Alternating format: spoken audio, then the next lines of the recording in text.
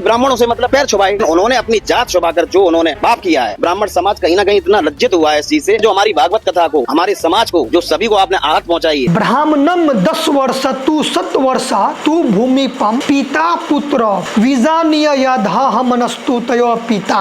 इसका अर्थ होता है 10 वर्ष के ब्राह्मण और 100 वर्ष के क्षत्रियों को पिता पुत्र जाने, उनमें ब्राह्मण पिता है। 10 वर्ष का कोई ब्राह्मण है और 100 वर्ष का क्षत्रिय है, तो वो 100 वर्ष का क्षत्रिय 10 वर्ष के ब्राह्मण को पिता के समान समझे। तो सोचिए, क्षत्रियों को जब इस तरीके से कहा जा रहा है, तो जो वैश्य है, जो शूद्र है, जो SC ST OBC है, उनका क्या दर्जा होगा। इतना दुस्साहस ब्राह्मणों के बीच में ही ब्राह्मण बन के पहुंच गए। जब हम सार्वजनिक रूप से सब जातियों को सुनाने के लिए आते हैं, तो सब जाति को सुनाने के लिए सब अर्ह नहीं है। शास्त्र की मर्यादा है। सब जाति को सुनाने का जो अधिकार है वो केवल ब्राह्मण को, ताकि उसमें ब्राह्मण भी बैठ सके और दूसरे भी बैठ सके। अध्यापनम ध्ययनम यजनम याजनम तथा दानम प्रतिग्रहम चैव ब्राह्मणा नाम कल्पयता। इसका अर्थ होता है पढ़ना, पढ़ाना, यज्ञ करना, यज्ञ कराना, दान देना, दान लेना, यह 6 कर्म ब्राह्मणों के लिए रचे हैं। और आगे क्या है, एकमेव तु शूद्रस्य प्रभु कर्म समादिशत